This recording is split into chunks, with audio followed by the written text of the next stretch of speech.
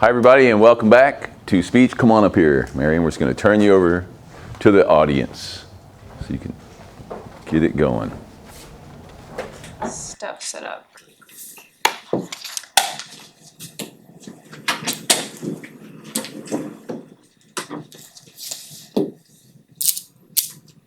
Okay. This gets right. Okay. Think about the last time you crammed for a test. Maybe you stared at your notes for hours, reread your material 3 times, and still felt unprepared when you walked into the exam. The truth is, none of us were ever taught how to study, just told that we should. Today I'm going to teach you a proven science-backed process on how to study efficiently, so you can retain information better, stress less, and actually perform well on exams. We'll go through 4 key steps. Number 1 is organize and understand your material. 2, use active recall. 3, test yourself and apply your knowledge. 4, support your brain with smart and healthy habits. Number 1, before you can remember anything, you have to make sense of it. The key to memorize material for exams is to actually understand it. This is called mechanism learning or true comprehension. A very simple example of mechanism learning is knowing that in order to use your car, you have to keep your gas tank filled.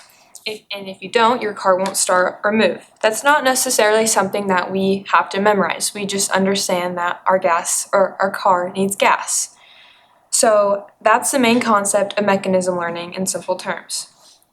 So you want to organize your material by going over your lecture notes and then use your mechanism learning to understand the main ideas. Once you have this down, you can move on to step 2, which is to use active recall, which is a very effective study technique. Active recall is when you test yourself on material to see what you already know. You do this by listing out the subject, write everything you know about it, and this works because your brain strengthens the memory of topics when you have to actively recall and pull the information out. So I have an example of an active recall. So I used insulin as an example. So this is what a basic flashcard that most students will write. I don't know if you guys use Quizlet or something, but you will have your term on the front and then the definition of it on the back, which this one's kind of lengthy, but essentially if you want to use active recall, instead of doing the basic front and back term definition, I have the definition right here. So we have blank is a hormone produced by the blank that lowers blank by uptaking excess of blank into the cells. And then on the back of this, I have my numbers, so insulin, pancreas, blood sugar, glucose. So putting it in this format where it's in a paragraph and you're essentially knowing the key concepts, having to actively pull out the key concepts, it's much easier to memorize, number 1, and it enhances your mechanism learning. So this would be like the pancreas is a hormone produced by insulin is a hormone produced by the pancreas that lowers blood sugar levels by uptaking excess glucose into the cells. So this causes your brain to actively pull out the information as opposed to this where you kind of just feel like you're memorizing a bunch of jibber jabber, and it's much harder to memorize this than it is to do it in this format. So that's an example of active recall. And a common mistake that students will make is simply just rereading lectures or writing everything that was on the lecture onto a piece of paper, which feels really productive, but it doesn't actually build your memory. Next, move beyond active recall to practice. Quiz yourself with real exam-style questions, or explain ideas to your friend as if you're the teacher if you don't want to take those practice exams. A pro tip is when you're studying and actually organizing your material in the beginning, highlight concepts that are hard to, highlight concepts that your teacher has mentioned that is for sure going to be on the test, so that way when you make these practice exams and questions, you can hone in on those topics and not waste time on other things. When it comes to making these practice style exams, ChatGPT is your best friend, or AI tools. They can make you really great quizzes and questions. And additionally, it'll make you an answer key. Make sure after you take a practice quiz or test, you're checking the answer key and making sure you're actually getting those questions right. And if you're getting them wrong, then understand why you got it wrong and how to do better next time. So alternatively, if you don't want to use those, if you don't want to have ChatGPT make you a quiz, you can use a teach back method, which is essentially teaching your friend the topic that you are learning about and explaining it to them in a way that they'll understand. This is another active recall technique, and it just causes you to pull out that information from your brain. And sometimes it's easier than having to use the brain power to actually go through an exam, a practice exam. So studying isn't just about using these techniques and materials that I've talked about. It's also about how you support your brain and what you do the night before a test. So make sure you aim for 7 hours of sleep a night, and then whenever you use those study techniques, make sure you're taking breaks. A popular break method is the Pomodoro technique. You can do 25 minutes of focus work, 5 minutes off for 5 sessions. So that'll be 2 hours of studying time with the breaks. Or you could do 50 hours on, 10 minutes off, but it has to be like focused work. And then when you're on your break, you can do whatever.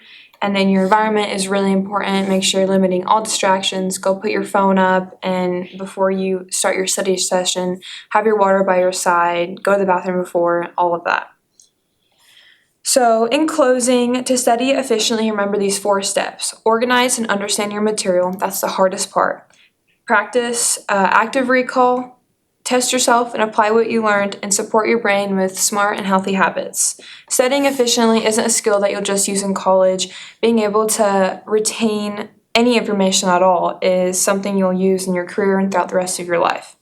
So the next time you sit down to study, don't just stare at your notes. Follow these steps and study smarter, not harder. Thank you for listening. Are there any questions? Have you ever heard of backwards memorization? I haven't.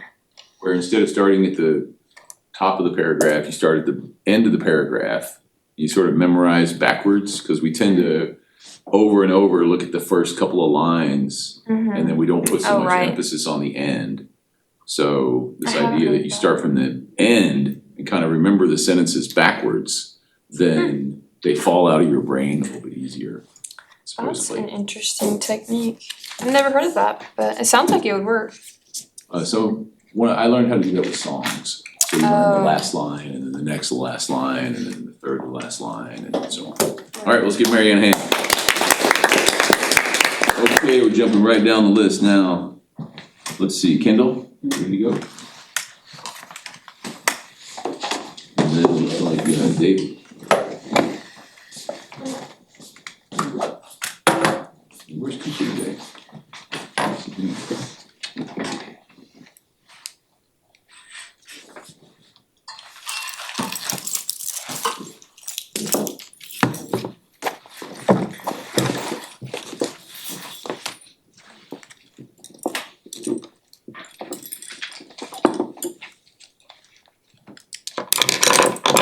Cooper's not here. After David, Elena.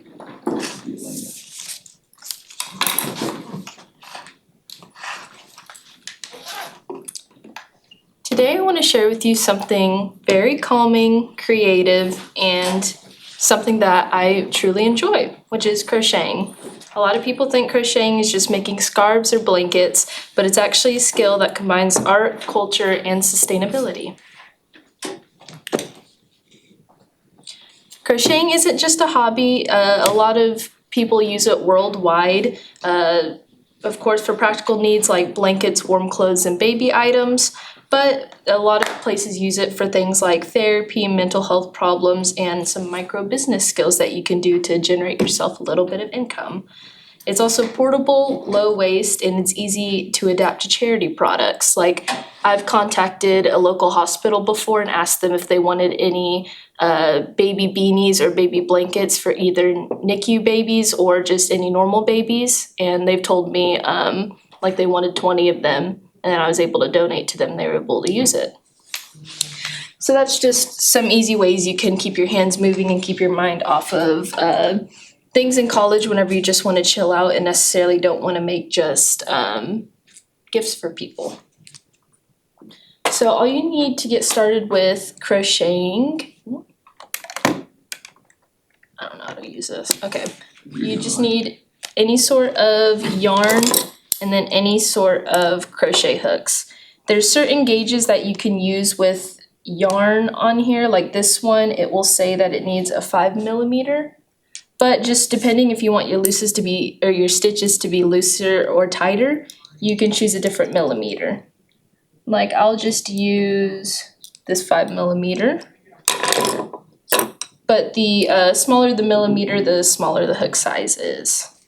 So I will be showing, oops, sometimes when you pull it out, it looks kind of crazy.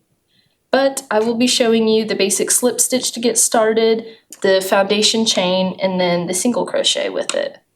So to start out most of every project, you'll need to make a slip stitch, which to make that, I just put 2 fingers in, twist it around, and I go and I pull through that space right there. So this will be the first loop that you have, because crocheting is just a whole bunch of loops basically.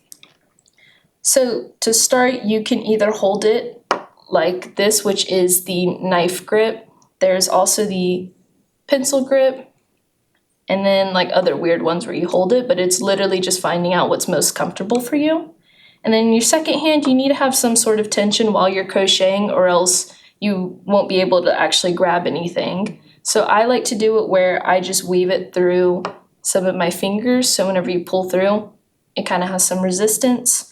You can also wrap it around your pinky a bit and go that way. Some people pinch it, it's really whatever you prefer. But to start out, all you're going to do is whenever you have it on and kind of grip the bottom, you yarn over, and then you just pull that through the first chain. And then you do this for however many times, either your pattern or however many times you want to, because you don't have to follow any patterns if you do not want to. Especially whenever you're starting out, it can be hard to follow patterns. It's good to just go off of YouTube, but if you don't want to, you definitely don't have to. There's no specific rules with crocheting unless you want there to be. So I just started with 5 chains for the foundation chain, and then you're going to skip this first stitch, or else your stitches would kind of fall apart. But you just go into one of these like little holes in the second chain from the hook, and you yarn over again and pull through. And then now you have these 2 little loops on your hook, so then you can just yarn over and pull through both of them. And that is 1 single crochet. You go into a second loop, you yarn over, pull through, and then yarn over and pull through the 2. And then after, you'll get the hang of it after a little bit, because a lot of crocheting is just a bunch of repetition. And so after you get through your repetition part, that's whenever you can sit down and chill and kind of not think about it. But then whenever you want to turn and go up on row, because when crocheting you start from the bottom and go to the top, you yarn over, pull through 1, you flip your work, and then now you have these little holes that kind of make little V's on top. You're just going to insert your hook into one of those holes, skipping the first chain that you made, yarn over, pull up a loop, yarn over, and pull through both of those loops. And once again, you can just work your way all the way through the rows like this. Oops.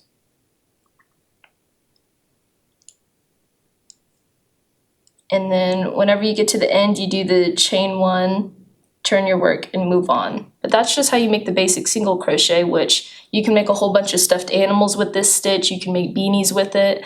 And after you learn your first stitch, it's a lot easier to go on and learn a bunch more.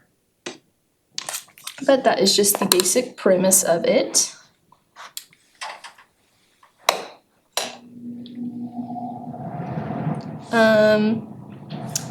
You can literally try this swatch on your next 20 to 30 minute break, just trying to get the basic gist of how to crochet. And you could also make a whole bunch of squares, join them together to make blankets. You can make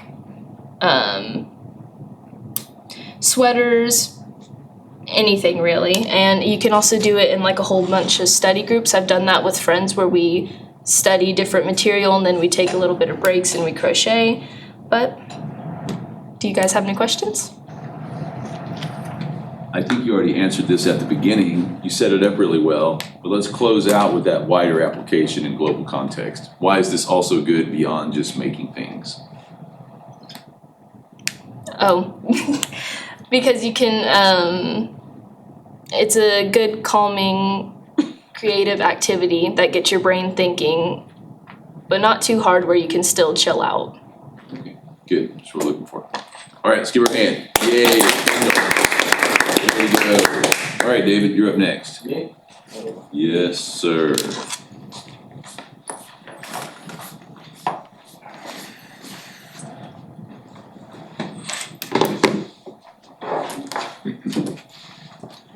We good?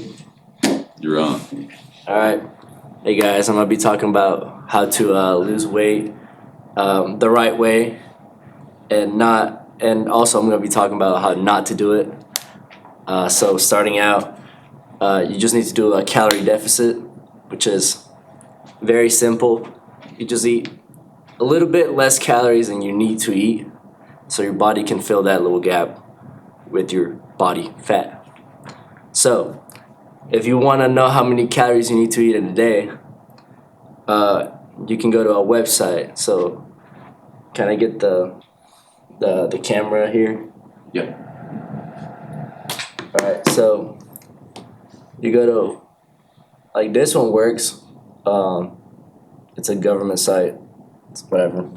So you press get started, and I'm gonna put my information because I don't want to call anybody out. I'm a guy, I'm 18, so I'm 5'10", and then I'm 160 pounds. So you gotta be really honest with yourself here. If you walk to class, you're kinda just normal. So I'm active, so here it says that I need 3,200 calories.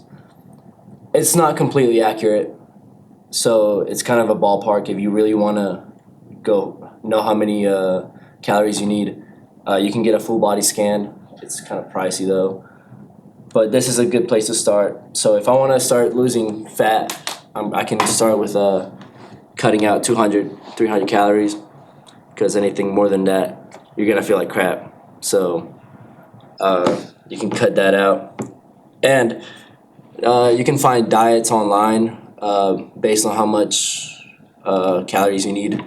I'll suggest using ChatGPT for that too. I mean, you don't want to pay for a personal trainer, which is also pricey, and you know, you're college students, so am I, and I'm kind of broke, so we cannot be doing that. So with ChatGPT, find a diet, ask it for products that you can afford too, so it'll be a lot easier. So once you start tracking your calories and you have your meals ready, I recommend exercising. I mean, you don't have to go run a marathon every day. You just gotta go like cardio, like walking, or like, you know, Stairmaster for like 30 minutes, 45 minutes. Have you sweating, breathing hard a little bit. There's a lot of alternatives, like you won't be eating like lettuce and water. So there's like diet sodas. I love diet sodas. I'd be drinking that every day. There's like energy drinks that have no calories on them, and a lot of other drinks and sauces too. So if you don't want your meals to be boring, you can put on like low calorie sauces on it. You'll find them in the online. So that's how to do it. It's kind of like a little rough draft. But some people think, if I don't eat, I'll lose weight. That's not good. You're gonna feel like horrible, and it's not going to last, and you're gonna gain your weight back like 3 times as fast as you lost it. So just eat clean. So there's like a lot of processed foods like McDonald's and all this stuff. Don't eat that if you want to lose weight, because there's really calorie dense, not much nutritional value in those foods. But exercise, even if it's light, and use ChatGPT. I recommend it. I started using it. It's actually great. So, do you guys have any questions? What's your wider application of this? Health. Okay, there you go. Yeah. Any questions? Have you heard about how artificial sweeteners actually cause weight gain? Really? You know, you might wanna look into that. Why would that be the case? I don't know. Well, you can look more into that, but I'll look into it. there's some studies about that, which is if you're eating stuff that has artificial sweeteners in it, you're fooling your body in certain ways that Oh, then makes boy. it eat more as a result of the artificial Really? sweetener. So Ah, it's just another thing to think about. I'll look into it. Alright, let's hear it for David. Okay, up next is gonna be, Cooper's not here, Elena.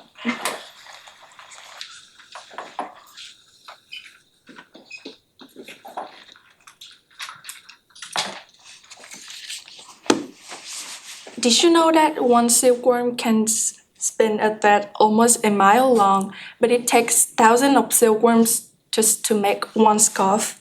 Today, I want to take you on a journey through the process of making silk. This is not only a fascinating craft, but also a tradition that has been a part of Vietnamese culture for thousands of years. In fact, my own family raises silkworms, so I grew up seeing this process with my own eyes. I will explain the main steps: raising silkworms, harvesting cocoons, spinning the silk threads, weaving the fabric, and finally I will show how silk lives on in Vietnamese culture through the áo dài, our national dress. Is anyone afraid of worms? I will show a picture of silkworms.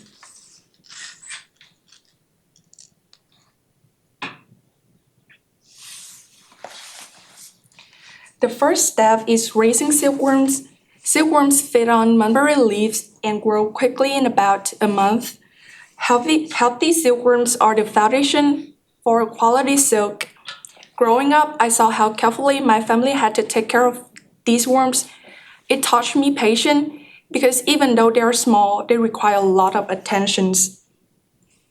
Once the silkworms spin their cocoons, we move to the second step, harvesting. The timing here is essential. If the moth breaks out, the silk thread snaps into short pieces. That's why the cocoons must be collected carefully at just the right moment. So these are the picture of our farm. And this is a picture of cocoons and this is a picture of silkworms.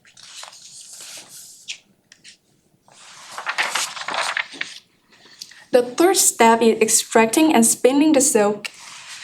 Traditionally, the cocoons are boiled in hot water to loosen the fibers. Then a single long thread can be unwound from each cocoon.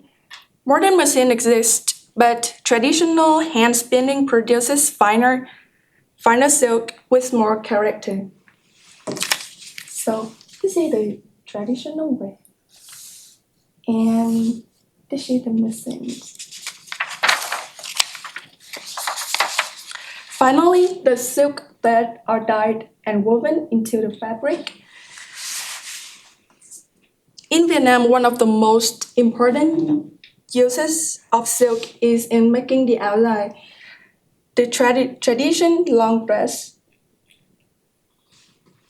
The áo dài is not just clothing, it represents Vietnamese identity, elegance, and cultural pride. So this is áo dài through the centuries. This is me and the áo dài. And this is my mom wearing áo dài.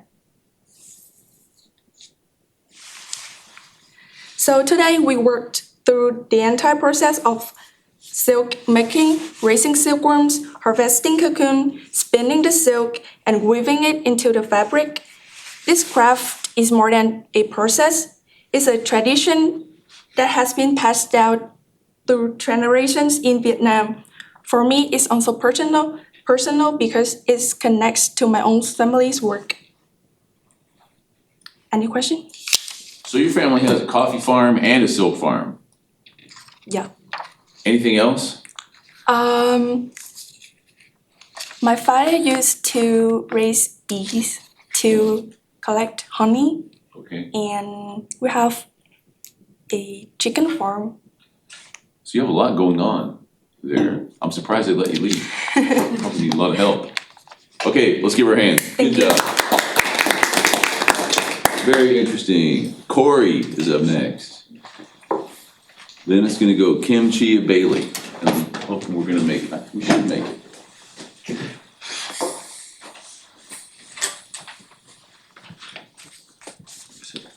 Good, yeah, it should be good. Ready?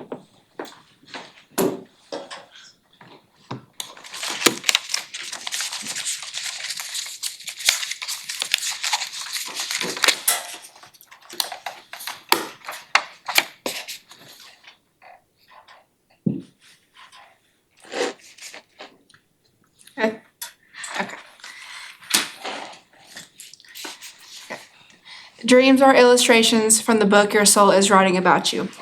Today, I'm going to be sharing with you all the process on how dreams occur and how those dreams are actually determined. Dreams are essentially images and stories that our minds create when we fall asleep, and they can be seen as a window to our deepest desires, fears, and really unnoticed emotions and feelings. But have you ever wondered how we enter into our dreams in the first place, or why we even dream and how those dreams are actually determined? Well, dreams typically happen in a specific stage of the sleep cycle known as REM, which stands for rapid eye movement. And this stage is considered to be a departure from the rest of the sleep stages you will go through when you fall asleep. So today I'm going to show you an image that shows more of the process of what happens when you fall asleep and before you enter into your dreams. Just like move this. You can twist that little dial on the end and it might make it zoom out the other way. The other direction. There you go. Okay. I don't like it. Okay, so this is an image that shows the process you will go through when you fall asleep. It really consists of 4 stages you will go through, which is between non-REM and REM. But if you kind of dim it down, it's really considered to be in 1, in 2, in 3, and then the REM stage. So in the first stage, in 1, this is where your muscles are beginning to relax. Your heartbeats and breathing will become slow, and when you are falling asleep, you will have slow eye rolling movements at this time. And this stage really takes about 5 to 10 minutes. It can last between 20 sometimes if it gets to that point, but that's how long that stage will last.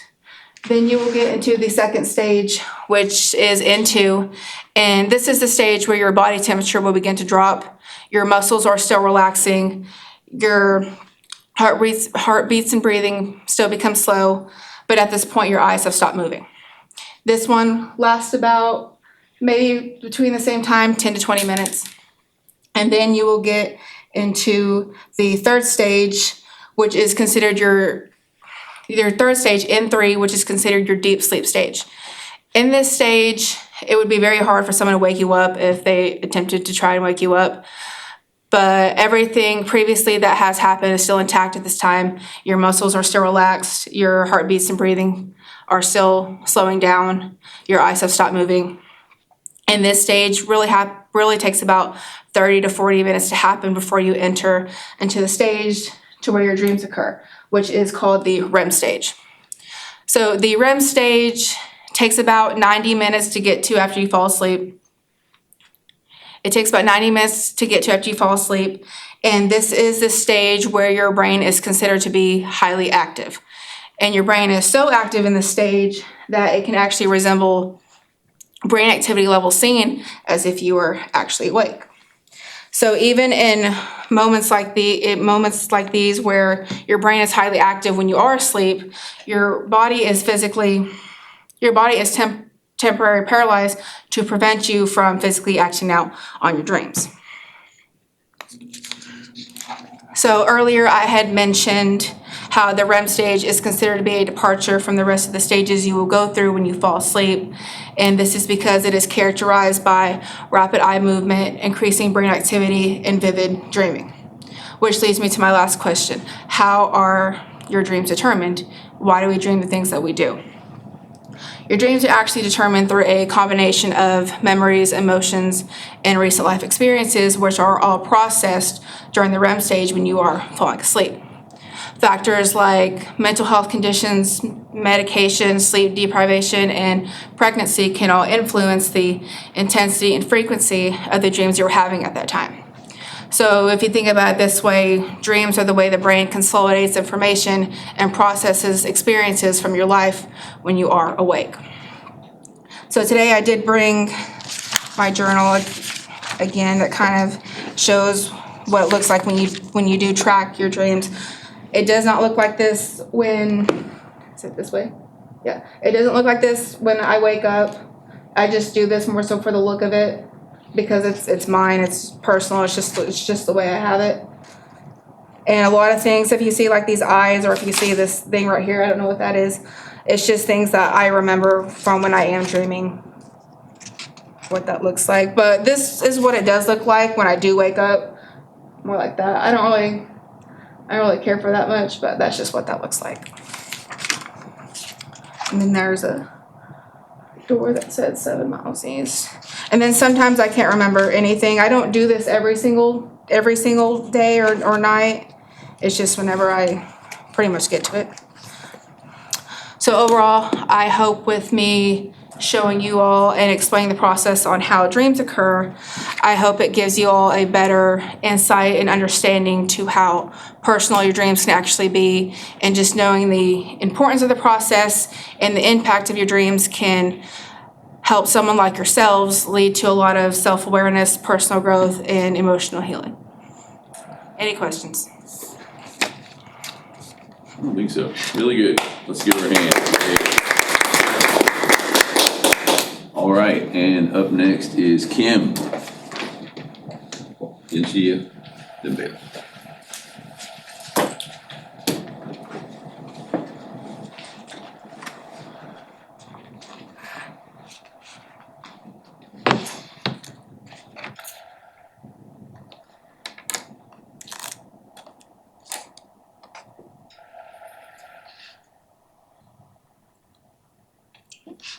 So have you ever wanted to change your look, like changing your hair, for example? But it's quite expensive when you go to a salon. So today I'm going to show you how to dye your hair at home, and we'll go through 4 steps.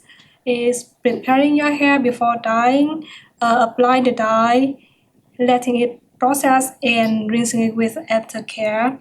For the step 1 is preparing hair before coloring. You should wash your hair 24 to 48 hours before dyeing, because your natural oil will protect your scalp from the chemical in the dye, and it tends to make the color last longer. If you wash before you dyeing, your scalp is more sensitive and it can get irritated. So then make sure your hair is dry and brush out before you start. Also cover your shoulder with an old towel to avoid the stain. For step 2 is applying the dye. So most kits will include a developer bottle, a color cream, and a conditioner. So you will mix the color cream and the developer together. You have 2 options to apply.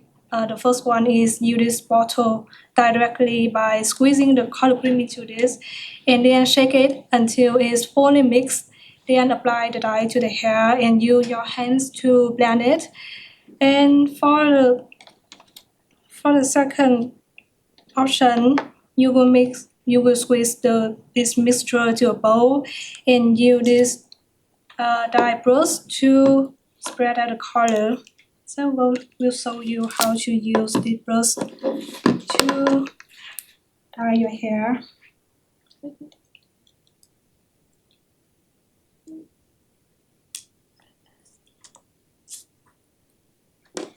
So first you should take a small section of your hair and you decide of the brush to brush out until it's smooth. Then you the other side to take the dye and apply it about 1.5 inch from your roots. And you should place your brush upright instead of tilted because the dye can clump. So place upright and slightly pull string down to the end of the hair. Then you will take the dye again and do an exit motion like this to coat both sides of the hair. And the trick is that you should move your hand quickly so the color will be the same all over your head. Otherwise, the first section you do is like turn out brighter or darker because the dye has more time to set.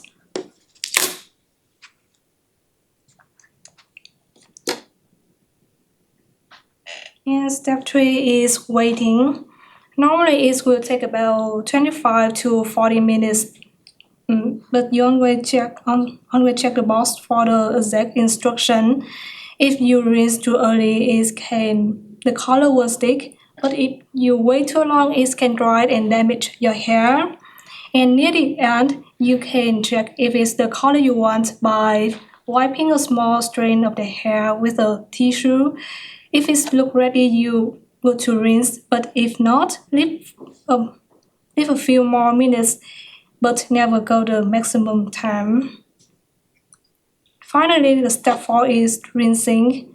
Once the time is up, you should rinse your hair with lukewarm water until the water runs clear. And after rinsing, apply the conditioner that comes from the kit.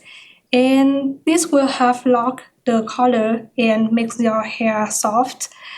And don't shampoo it right away because the color can settle. And for the best will be 48 to 72 hours. And then you can shampoo it. So today we'll know about how to dye your hair at home in 4 steps. First is preparing the hair, mixing and applying the dye, waiting and rinsing it with aftercare.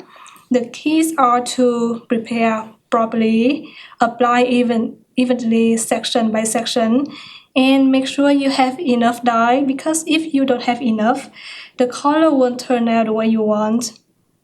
Changing your hair is like, it can feel like a fresh start. It gives you more confidence and lets you show a new side of yourself. Any question? Do you ever dye your hair?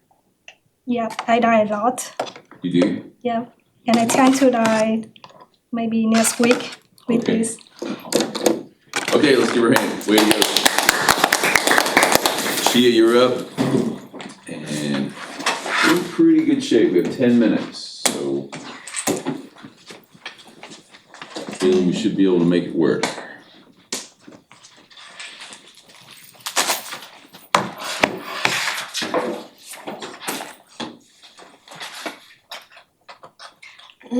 Okay, I'm gonna show you guys how to put on Hmong clothes because Hmong New Year is literally right around the corner and it's also Hmong New Year month. So, Hmong New Year is basically a bunch of coins jingling, like the sound of this hat. That's how you know you're gonna walk into Hmong New Year. So the first thing you would need to put on, it usually takes 2 people. But for women, it takes 2 people. But for men, it's really easy. All you do is just either, how my brother does it, he just puts on a suit and just puts on some silver coins around his shoulders and then just call it a day and then walk around. But for women, it's a little bit harder because you have to go through like a little bit of a process and they also have to be really tight on you for it to not fall. So for first step for women is that obviously get ready and then you wear like either a tank top or some shorts. and then you put on a white blouse. So you can like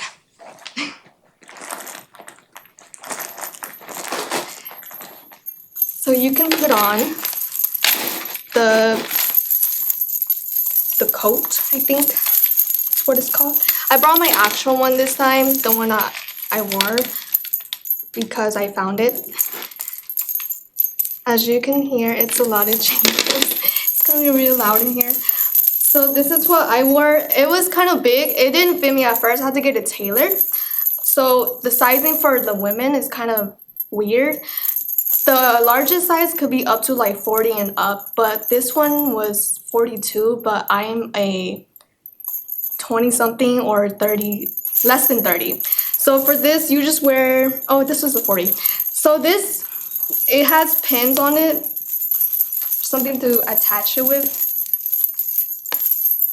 And then you just put it on like that, and then you just wear it.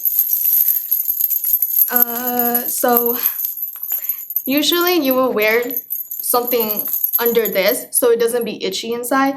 I wore another version of this, but I wore it to Monier and it was so itchy the entire time. And especially if you're gonna be at Monier for like 2 to 3 hours, so it's gonna be really itchy. So you will put this on first. This is usually the first one that you put on, or the second one. And then you would put on the skirt. Those are the base ones. The skirt is just the skirt. It's mostly white. It's mostly white, but some people wear a different color. Some people wear it to match the outfit. And then you will put this thing on next. It will be around your waist. You have to do it really, really, really tight. Can you see? Okay. You will put it really, really tight. You have to, and then if it doesn't fit, you just go to the front and then put it under. But usually nobody will see this because it will be covered with this, which will always go behind you, like on the skirt. So yeah, it will be under and it will be like this. A lot of silvers. So you will always have something at the back of you. At least try to have something in the back because you want to have good style or something. I don't really know why we have it in the back, but it really does make it look better because walking around, you're just gonna look like the back is just gonna look plain. After that, you will put on more silvers.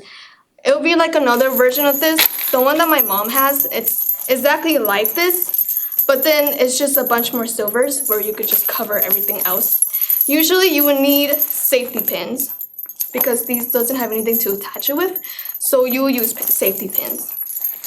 Some of these do not have the attachment that they have on this. This one does. I had something to make it stick, but most of the time the traditional ones, you would need safety pins. The silvers, I'm not gonna take them out because they need to be, this is for men, this is for men, and this is for women. So for men, it's a bit longer. As you can see, the details and everything. This is, I don't know what it's called in English, but I know what it is. I just don't know what it's called. So usually this is what men wear on their necklace. And for women, it's obviously a little bit more different. You can see a lot more details and everything. And this is what we always wear. You will always see this on like Hmong clothing stuff. These will always be sold at Monier. You can see at the vendors and all that stuff. And then obviously the last one will be the hat. You just put it on like that. This is called a donut hat because the middle is a circle. But there is others. I brought the one that my sister wore. This is called, I don't know what this is called, but we call it the rhino hat because of this part. And so eventually it will come out looking like this.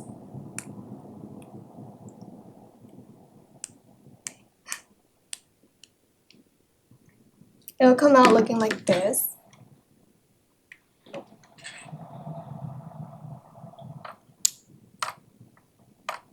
That's me and my sister. She wore a different hat. Hers have the squishy ones on there. As you can tell, it has a little bit more details on there. These are hand stitch and everything. These are mostly from Thailand or Laos. All of these are mostly handmade or made by people. And then these are with my friends. As you can see, my friend has a different one. Time is like changing, so the tradition is like slowly getting more with the modern stuff. Her hat is different. It has a lot more beads and stuff like that. And then my cousin, she has a different skirt. Usually everyone wears white skirts, but there's also different color skirts, a lot of silvers, a lot of details. And I don't know what her hat is, but it's kind of like a crown. It's kind of like a crown. And there's me in the outfit that I wore. There is a double skirt. I like the double skirts a lot more because it gives more volume and looks a little bit better. Here's my sister who wore the hat. Usually you would need to wear these hat with your hair up because that's how the tradition is. But I don't like to wear it up because it makes me look weird. And I like the donut hats more because my hair could be down. And this is the back. This is how men wear it. This is how men will wear it. Super simple. You literally just put on the gold stuff, a gold vest. No, coin vest, and then you just put it on. But yeah, that's it. Any questions? That's very, very interesting, Chia. Bailey, I think we should wait. I don't want you to rush. All right? Because you could, but I don't want you to have to. All right, so you'll start on Monday. Okay. Do it then, okay? All right, so let me make a couple of more comments. You said I have what, a minute left? I was gonna show y'all something. Good job. Let's see. How long this thing is. So what do you got there, Mom?